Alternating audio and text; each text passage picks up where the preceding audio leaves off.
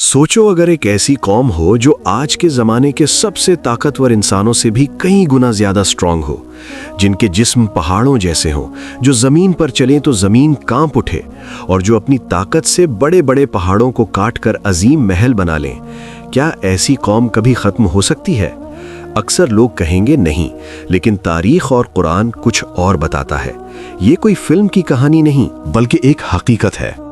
ये थी कौम आद, एक ऐसी सुपर पावर सिविलाइजेशन जिसे अल्लाह ने बेमिसाल ताकत, दौलत और जमीन पर कब्जा दिया था। ये लोग अरब के रेगिस्तानी इलाकों में रहते थे और उन्होंने एक अजीम शहर बसाया जिसे इरम ज़ातुल इमाद कहा गया। ऐसा शहर जिसके बुलंद सुतून और इमारतें दुनिया में बेमिसाल थीं। लेकिन धीरे धीरे ये कौम अपनी ताकत पर इतना गुरूर करने लगी कि वो भूल गई कि असल ताकत किसके पास है।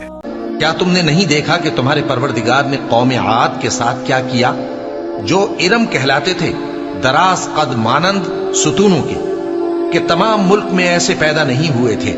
और समूद के साथ क्या किया, जो वादी कुरा में चट्टानें तराशते थे। और फिरौन के साथ क्या किया, जो खेमे और मेखें रखता था। ये लोग मुल्कों में सरकश हो रहे थे, बस उनमें बहुत सी खराबियां करते थे, तो तुम्हारे परवरदिगार ने उन पर अजाब का कोड़ा बरसा दिया। बेशक तुम्हारा परवरदिगार ताक में है। कौम आद सिर्फ जिस्म से ताकतवर नहीं थी, बल्कि अपने दौर की एक एडवांस सिविलाइजेशन भी थी। वो ऊंची जगहों पर इमारतें बनाते थे, बड़े बड़े सुतून खड़े करते थे और पहाड़ों को काट कर अपनी रहने की जगह बनाते थे। आज के इंजीनियर्स के लिए भी ये सोचना मुश्किल है कि बिना मॉडर्न मशीन्स के इतनी बड़ी कंस्ट्रक्शन कैसे पॉसिबल थी। मॉडर्न साइंस के मुताबिक पुराने इंसान फिजिकली ज्यादा स्ट्रॉन्ग और उनका स्टैमिना ज्यादा होता था। उनकी जिंदगी मेहनत से भरी होती थी, जिसकी वजह से उनके जिस्म ज्यादा पावरफुल बन जाते थे। यानी उनके पास आज की टेक्नोलॉजी नहीं थी, लेकिन उनकी अपनी बॉडी ही एक पावरफुल मशीन थी। लेकिन यहाँ एक प्रॉब्लम शुरू होती है। जब इंसान अपनी स्किल और ताकत को अल्लाह की रहमत समझने के बजाय अपनी ग्रेटनेस समझने लगता है, तो उसका जवाल शुरू हो जाता है। कौम आद भी इसी रास्ते पर चल पड़ी थी। भला तुम हर ऊंची जगह पर फजूल निशान तामीर करते हो और महल बनाते हो कि शायद तुम हमेशा रहोगे। कौम आद की सबसे बड़ी गलती उनकी ताकत नहीं थी, बल्कि उनका गुरूर था। उन्होंने अल्लाह को छोड़कर बुतों की इबादत शुरू कर दी थी। वो समझते थे कि ये बुत ही उन्हें ताकत देते हैं और ये उन्हें हर मुसीबत से बचाएंगे। धीरे धीरे उनके दिलों में एक खतरनाक सोच पैदा हो गई। हमसे ज्यादा ताकतवर कौन है? ये सिर्फ एक जुमला नहीं था, बल्कि अल्लाह की कुदरत को चैलेंज करना था। आज के दौर में भी जब इंसान अपनी साइंस, टेक्नोलॉजी और पावर पर इतना फख्र करता है कि अल्लाह को भूल जाता है, तो वो भी उसी रास्ते पर चल रहा होता है। कौम आज समझती थी कि उनकी सिविलाइजेशन हमेशा रहेगी, उनका निजाम कभी नहीं टूटेगा। लेकिन वो ये नहीं जानते थे कि जब अल्लाह पकड़ करता है तो सब कुछ एक पल में खत्म हो जाता है। अब जो आद वाले थे वो नाहक मुल्क में तकब्बुर करने लगे और कहने लगे कि हमसे बढ़कर कुव्वत में कौन है। क्या उन्होंने नहीं देखा कि अल्लाह जिसने उनको पैदा किया वो उनसे कुव्वत में बहुत बढ़कर है और वो हमारी आयतों से इनकार करते रहे।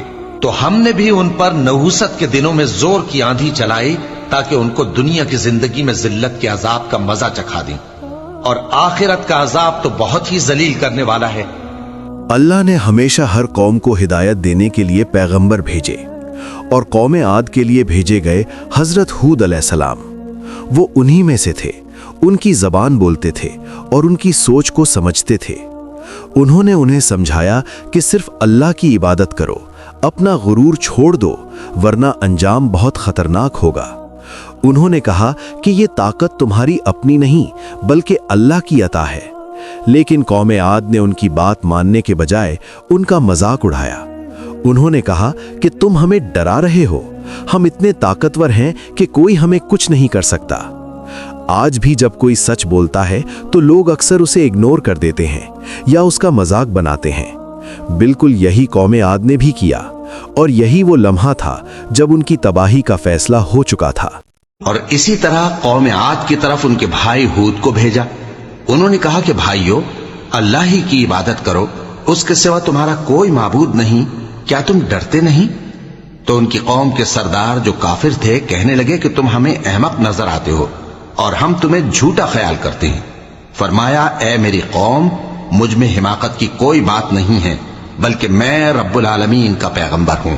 میں تمہیں اللہ کے پیغام پہنچاتا ہوں اور تمہارا امانت دار خیر خواہ ہوں۔ اور کیا تم کو اس بات سے تعجب ہوا ہے کہ تم میں سے ایک شخص کے ذریعے تمہارے پروردگار کی طرف سے تمہارے پاس نصیحت آئی تاکہ وہ تمہیں ڈرائے؟ اور یاد تو کرو جب اس نے تم کو قوم نوح کے بعد جانشین بنایا اور تم کو پھیلاؤ زیادہ دیا۔ بس اللہ کی نعمتوں کو یاد کرو تاکہ کامیاب ہو جاؤ۔ وہ پھر اللہ کی طرف سے پہلی وارننگ آئی، بارش رک گئی، زمین سوکھ گئی، فصلیں تباہ ہو گئیں۔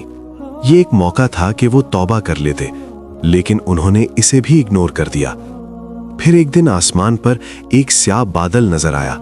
وہ خوش ہو گئے اور سمجھے کہ بارش آنے والی ہے، لیکن یہ بادل رحمت نہیں، عذاب تھا۔ ایک خوفناک آندھی شروع ہوئی جو مسلسل 7 رات اور 8 دن چلتی رہی۔ اس نے ہر چیز کو مٹا دیا، ان کے محل، ان کی عمارتیں اور وہ خود، سب کچھ ختم ہو گیا۔ قرآن کہتا ہے کہ وہ ایسے ہو گئے جیسے کھجور کے کھوکھلے تنے۔ آج ان کا کوئی نشان نہیں، صرف ان کی کہانی رہ گئی ہے۔ یہ کہانی ہمیں یہ سبق دیتی ہے کہ دنیا کی ہر طاقت ختم ہو سکتی ہے، لیکن اللہ کی طاقت ہمیشہ باقی رہتی ہے۔